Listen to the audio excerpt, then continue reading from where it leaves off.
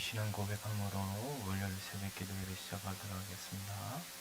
전능하사 천지를 만드신 하나님 아버지를 내가 믿사오며 그 외아들 우리 주 예수 그리스도를 믿사오니 이는 성령으로 잉태하사 동정녀 마리아에게 나시고 본디오 빌라도에게 고난을 받으사 십자가에 못 박혀 죽으시고 장사한 뒤 4일 만에 죽은 자 가운데서 다시 살아나시며 하늘에 오르사 전능하신 하나님 우편에 앉아 계시다가 저리로서 산자와 죽은 자를 심판하러 오시리라.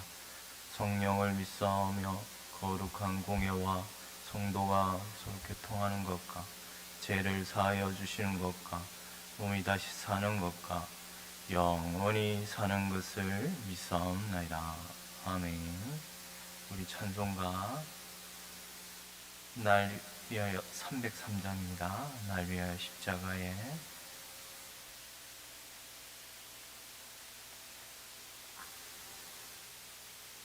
찬송가 303장 날 위하여 십자가에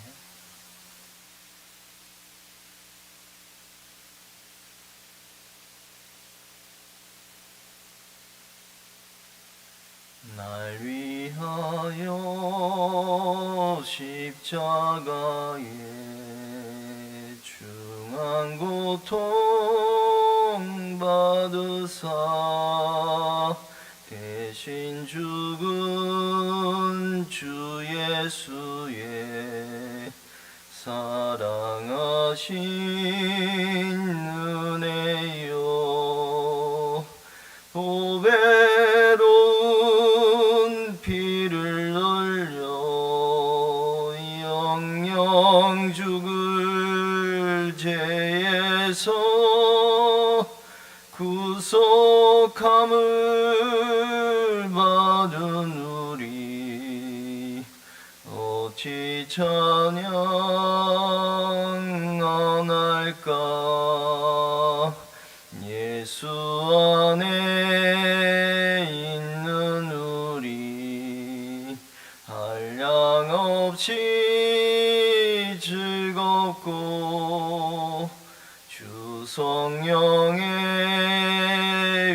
위로함이 마음속에 차도다. 천국 음악 소리 같은 은혜로운 그 말씀 끊임없이 듣는 우리 어찌 찬양 안 할까. 이 세상의 모진 풍파 쉬지 않고 불어도 주님 안에 보호받는 우리 마음 편하다. 늘 깨어서 기도하고 저 천국을 바라며 주님만을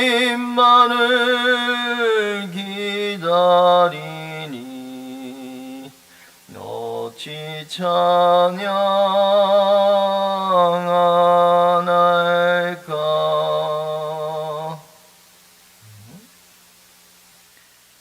성경 말씀 로마서 11장입니다.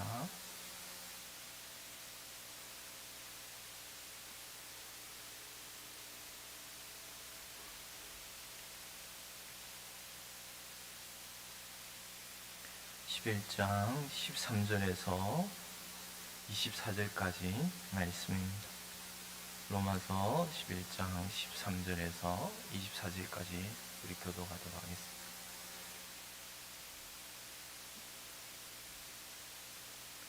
내가 이방인이 너희에게 말하노라.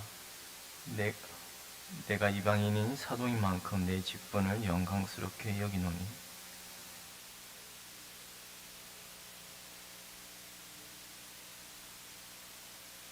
그들을 버리는 것이 세상의 화목이 되거든 그 받아들이는 것이 죽은 자 가운데서 살아나는 것이 아니면 무엇이기요?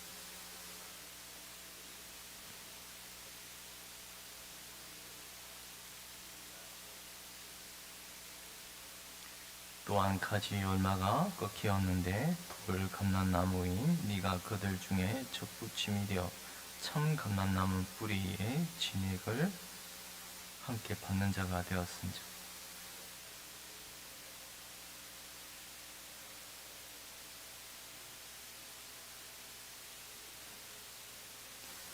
그러면 네 말이 가지들이 꺾인 것은 나로 접붙임을 받게 하려 함이라 하리니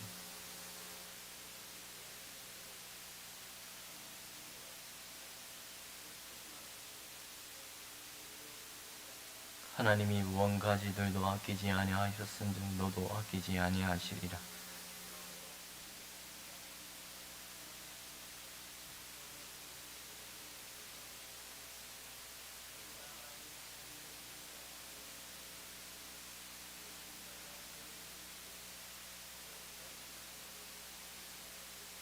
그들도 믿지 아니하는데 머무르지 아니하면 접붙임을 받으리니 이는 그들을 접붙이실 능력이 하나님께 있음이라. 네가 원 동을 갖는 나무에서 지킴을 받고 본성을 거슬러 좋은 감람나무에 접붙임을 받았으니 원가지인 이 사람들이야 얼마나 더 자기 감람나무에 접붙임을 받으랴. 아멘. 내가 이방인인 너희에게 말하노라. 내가 이방인의 사도인 만큼 내 직분을 영광스럽게 여기노니.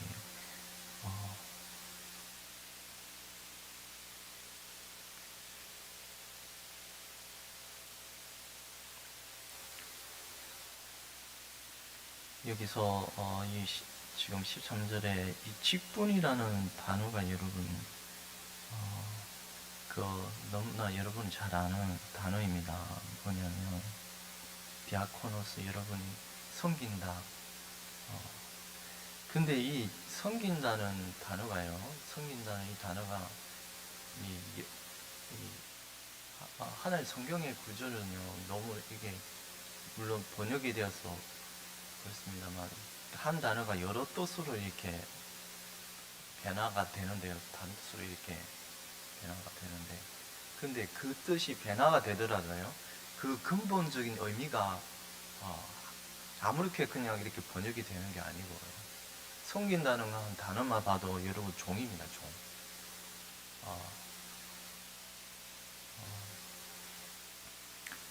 주님이 여러분 직분이라는 단어가요. 섬긴다는 단어입니다.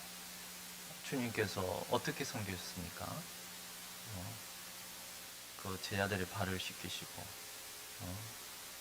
세상 사람들은 세상의 주관자들은 이렇게 억압하고 그걸 다스리고 그걸 이걸 섬김을 그런 세상 사람들의 섬김은 그런 위에서 아래로 이렇게 근데 주님은 맨 낮은 자리에서 낮은 몸으로 섬겼습니다. 이게 직분입니다. 직분. 그런데 바울은 이런 낮고 겸손한 그 직분을 어떻게 생각한다요? 영광스럽게 여기노니라고 말합니다. 마치 가장 비천한 자리에서 이렇게 섬기는 것이 가장 내게 기쁨이고 영광스럽게 생각한다고 말합니다. 바울이 이방인 사도로서 이방인의 전도 사역을 위하여 열방 가운데 그 많은 수많은 걸음거리가 얼마나 많습니까? 근데 그런 수많은 힘겨운 여정 가운데서 바울은 그 섬김을 기쁘게 여기고 감사한다고 말합니다. 이것은 우리가 교회를 섬길 때에도 이런 마음이 있어야 하지 않을까 싶습니다. 우리가 낳았고 여러분이 직분자들이면 그 직분, 여기 직분이라는 이 직분을 감사하며 또 낮고 겸손한 자리에서 우리가 오직 주님만을 바라보며 이런 섬김이 힘들고 고달프지 않습니까? 바울이 얼마나 많은 힘겨움과 역경 가운데서, 근데 그 가운데서 하나님은 은혜를 베푸셔서 바울에게 감사한 마음을 주셨습니다. 이런 섬김을 영광스럽게 여기노니라고 말합니다. 14절입니다. 이는 혹 내 권력을 아무쪼록 시기하게 하여 그들 중에서 얼마를 구원하려 함이라. 여기서 바울이 이방인의 사도로 부름을 침을 받았습니다. 그런데 바울은 혈통적으로 유대인이지 않습니까? 유대인인데 놀랍게도 유대인인 바울이 그 곳곳에 먼저 찾아간 모든 열방 가운데 찾아간 곳 해당 아닙니까? 유대인들 그 해당에 들어가서 복음을 전했는데, 복음을 전하는 곳곳마다 확연히 갈라지는 게 있었습니다. 뭐냐면 유대인들이 비방하고 공격하고, 그런 사도행전에 많이 기록되어 있는, 전부 다 해당마다 들어갈 때마다 유대인들이 시기하여 바울을 비방하였다고 말합니다. 심지어 나중에는 돌로 치지 않습니까? 바울을 죽은 줄 알고 그리 밖으로 내던지지 않습니까? 이런 같은 유대인으로서 바울은 이방인의 사도로 부르심을 받았다고 말해. 복음을 받지 아니하니 주님은 너희가 가는 모든 동네마다 복음을 전하되 그 복음을 받지 아니하는 그 고을에서 먼지를 털고 돌아서라고 하지 않았습니다. 마찬가지로 바울은 유대인들의 복음을 전하였지만 유대인들은 그들을 구원하여 오신 예수님을, 그 복음을 배척하였고 그하여 먼지를 털듯이 바울은 열방 가운데 이방인들에게 복음을 전하는 사역을 계속적으로 하였습니다. 여기서 시기하게 하여라는 단어가 우리가 약간 좀 오해를 피해야 합니다. 이 시기하게 하다는 말은 죄를 건드려서 이러는 게 아니라 오히려 그들의 마음을 더 분발하게 하여 좋은 의도로 열심을 내게 하게 하다는 말입니다. 그렇지 않습니까? 그들의 마음을 유대인들이 타락한 영원한 멸망에 빠지게 하도록 하기 위함이 아니라 오히려 그들이 경멸한 하나님의 축복 복음을 이방인들에게 또한 전하게 함으로 유대인들도 하여금 다시 그들이 버렸던 예수 그리스도의 복음을 다시 찾을 마음이 생기도록 하기 위한 목적을 담고서 시기하게 하여라는, 즉 경쟁심을 불러일으켜서 주님을 더욱 따르게 하기 위한 그런 의미가 시기하다는 말에 담겨 있습니다.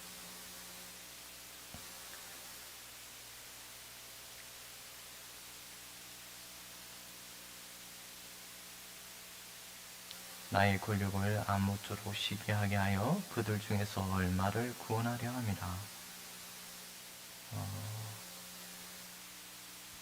바울은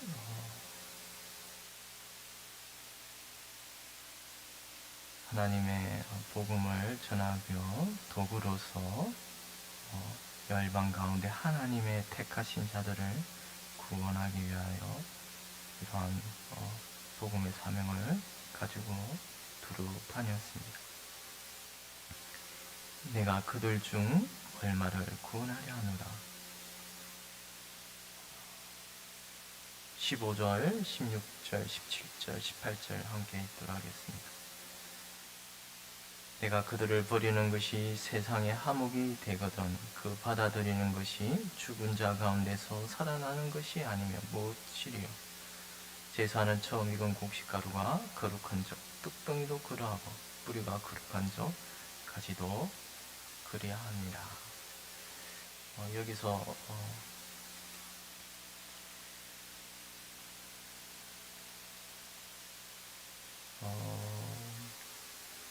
우리가 여기 나오는 제사는 처음 익은 곡식가루가 거룩한 적 떡덩이도 그러하고 뿌리가 거룩한 적 가지도 그러하니라. 이 말씀에서 이건 결국 물론 뿌리가 우리가 예수 그리스도이심을 생각해야 되겠죠. 우리가 그 뿌리에서 공급하는 진액을 우리에게 베푸시는 그런 은혜를 받은 자이지만, 근데 이 뿌리 떡덩이도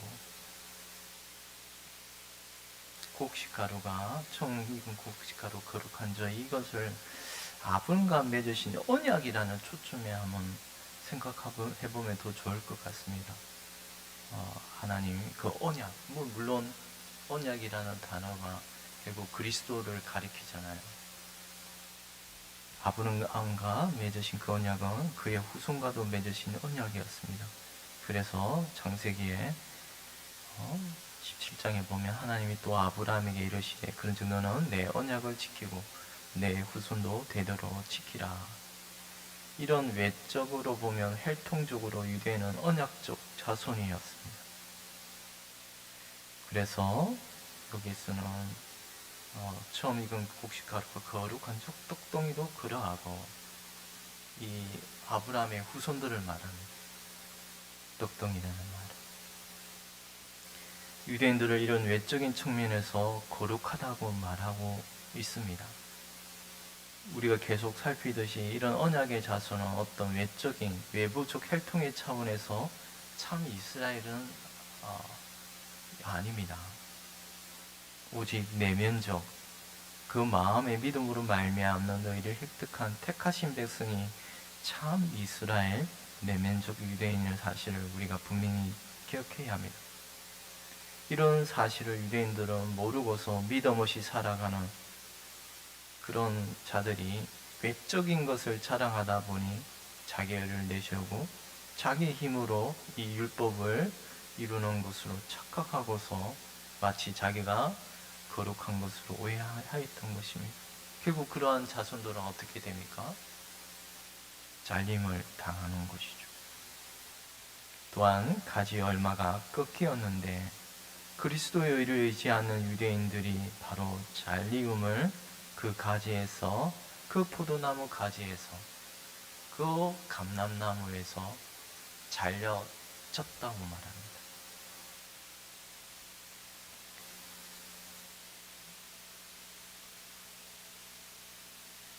그리스도의 의를 의지하는 유대인들은 다 잘림을 당하고 오히려 그 자리에 이방인들이 믿음으로 말미암은 의를 붙잡는 이방인들이 젖붙임을 당하는 것입니다. 이 뿌리는 누구입니까? 그리스도이신 그 뿌리로부터 모든 은혜와 능력을 공급받고 자라는 바로 그 믿음으로 말미암는 의를 붙잡는 영혼들, 그 모든 영혼들이 그분의 젖붙임을 당한 가지가 되는 바로 우리 신자들인 것입니다. 이 신자는 바로 헬라인이나 유대인이나 모두 다 믿음으로 말미암는 의를 값없이 베풀어 주시는 그 의를 믿음으로 받아들이는 자들인 것입니다. 그러니 돌 갓난나무인 우리가 자랑할 것이 전혀 없는 것입니다.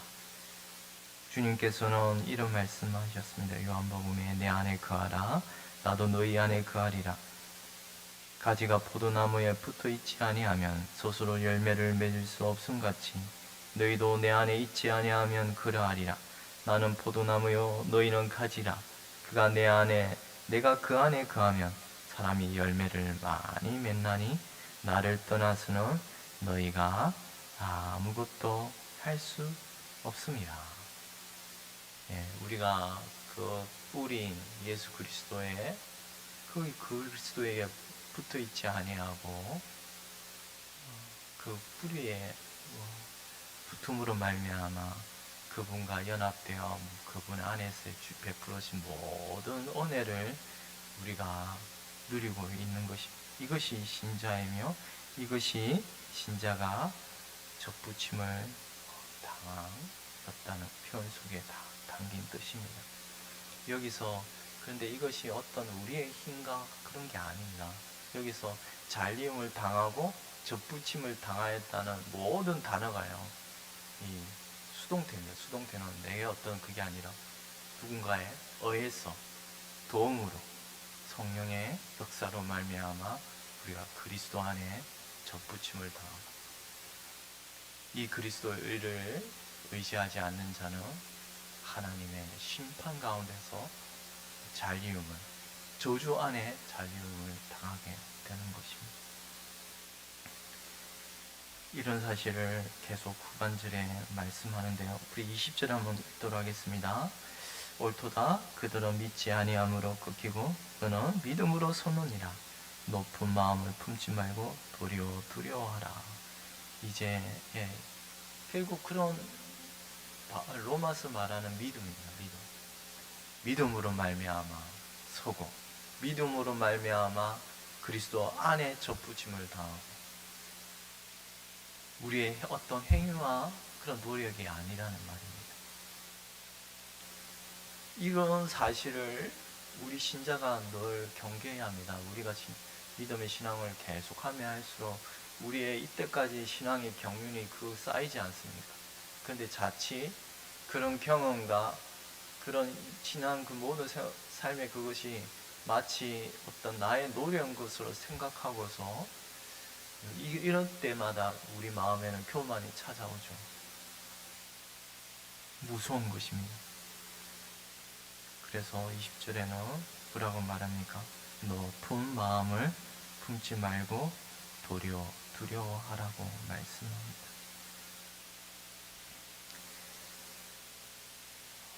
그런데 이런 말씀들, 잔리움을 당한다니, 두려움과 공포로 두려워하라, 우리를 마치 위협하는 그런 마치 나의 실수로 죄악에 넘어짐에 그리스도의 지체에서 잘림을 당하지 않을까 하는 이렇게 우리가 생각하기 쉬우나, 그러나 우리가 20절에서 초반부에 뭐라고 말합니까?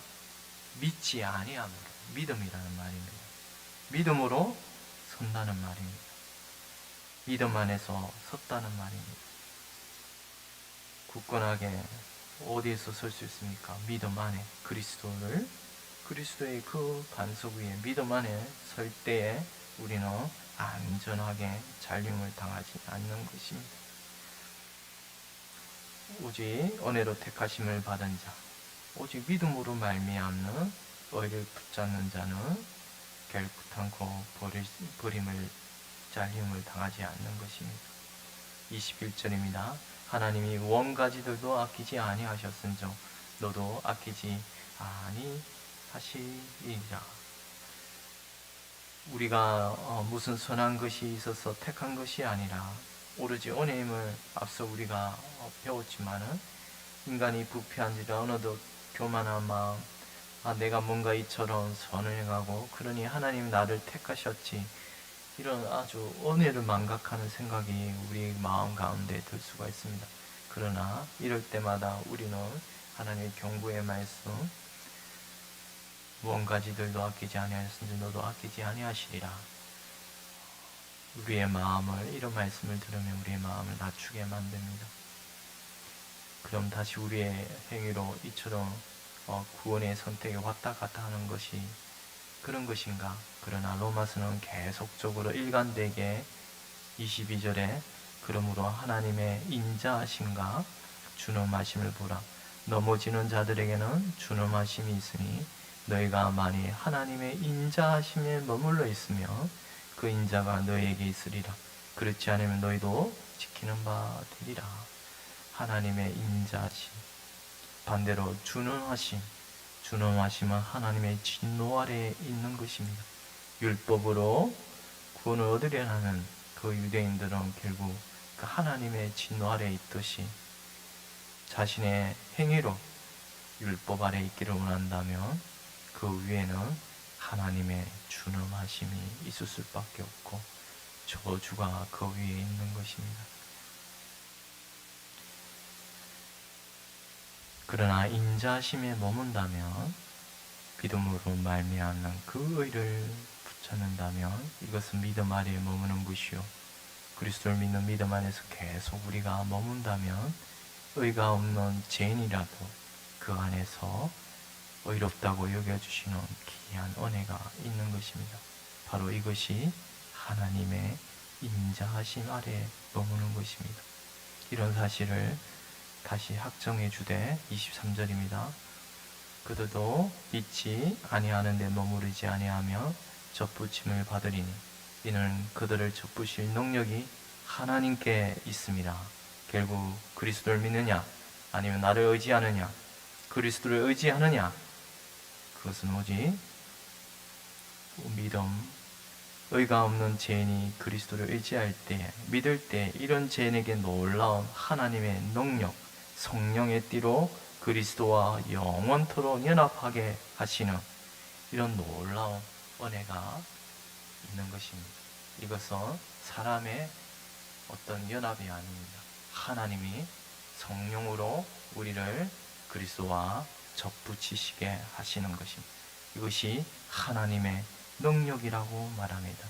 이 띠는 어떤 무엇도 우리를 가를 수 없음을 이미 로마서 8장은 말하되, 내가 확신하노니 사망이나 생명이나 천사들이나 권세자들이나 현재일이나 장래일이나 능력이나 높음이나 깊음이나 다른 어떤 피조물이라도 우리를 우리 주 그리스도 예수 안에서 있는 하나님의 사랑에서 끊을 수 없느니라.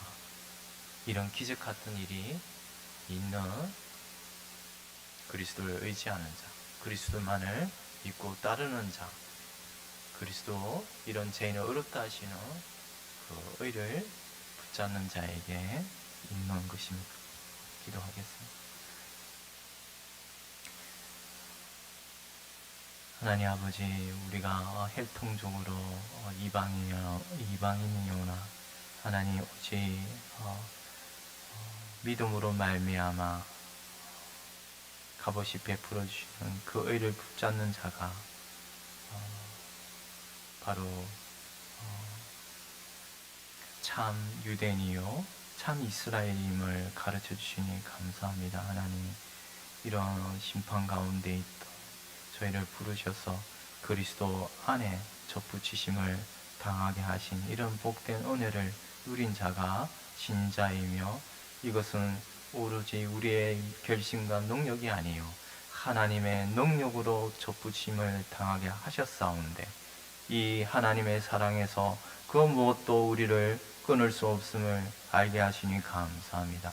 이 사실을 기억하고 한 주 동안 주님 안에서 이 귀하신 은혜를 그리스도와 누리며 그리스도와의 연합 안에서의 기쁘신 성령의 교제 가운데서 은혜를 베풀어 주시고 이 은혜 가운데서 거룩한 삶을 살아갈 수 있도록 성령께서 함께하여 주시옵소서. 감사하고 이 모든 것 우리 주 예수 그리스도의 이름으로 기도드리옵나이다. 아멘.